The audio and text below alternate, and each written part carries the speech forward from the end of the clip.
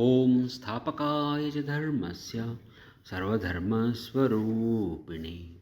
అవతారవరిష్ఠాయ రామకృష్ణాయ తే నమః. ఈరోజు మనం ఈ ఆధ్యాత్మిక జీవితంలో వ్యాకులత అనే విషయం గురించి మరి కాస్త చూద్దాం. శ్రీరామకృష్ణులు వ్యాకులత గురించి కొన్ని ఉదాహరణలు ఇచ్చారు.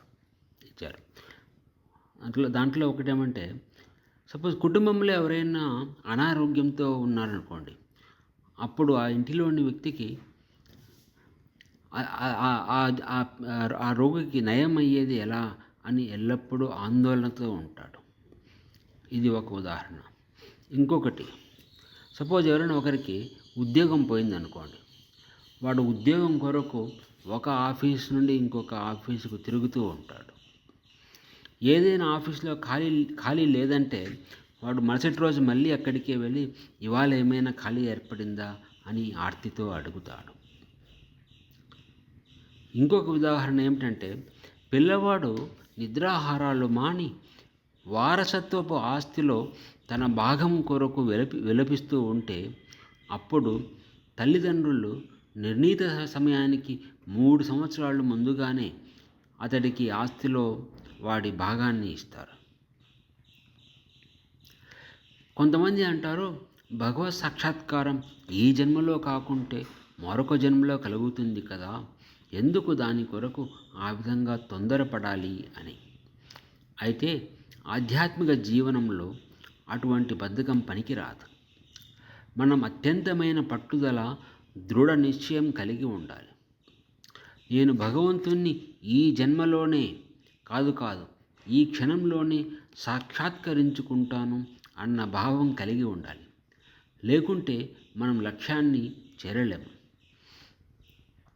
శ్రీరామకృష్ణులు చెప్తారు, ఈ పల్లెటూళ్ళలో రైతులు ఎద్దులను కొనడానికి సంతకు వెళ్తారు.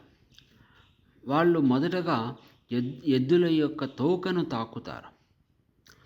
అలా చేసినప్పుడు కొన్ని ఎద్దులు ఏమీ రెస్పాన్స్ లేకుండా అలాగే పడుకొని ఉంటాయి.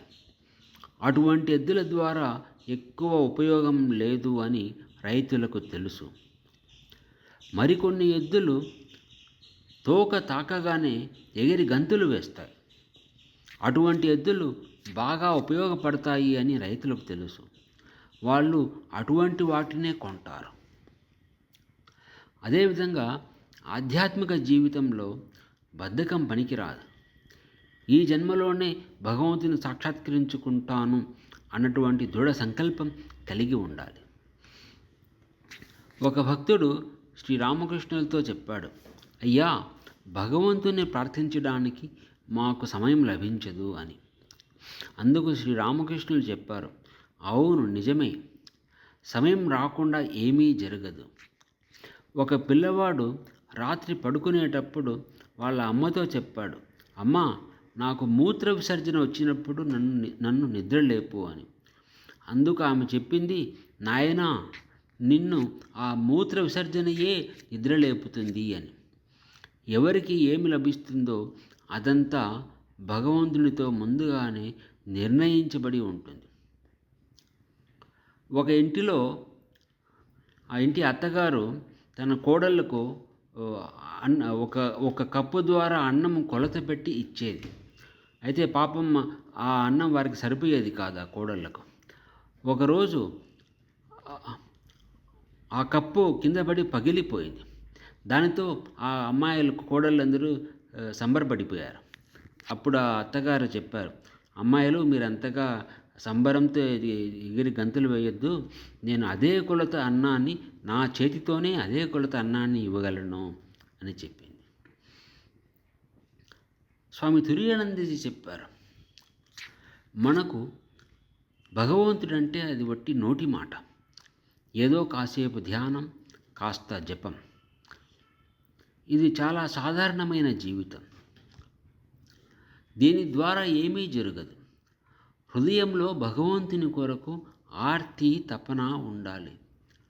హృదయంలో తీవ్రమైన వేదన ఉండాలి. భగవంతుడి దర్శనం కలగకపోతే ప్రాణాలు పోతాయేమో అన్నట్లు ఉండాలి. అప్పుడే అంతా చక్కదిద్దుకుంటూ ఉంటుంది అని చెప్పాడు తుర్యానంచి. ఓం జననీం శారదాం దేవీం రామకృష్ణం జగద్గురుం పాదపద్మే తయో శ్రీత్వా ప్రణమామి ముహుర్ముహు.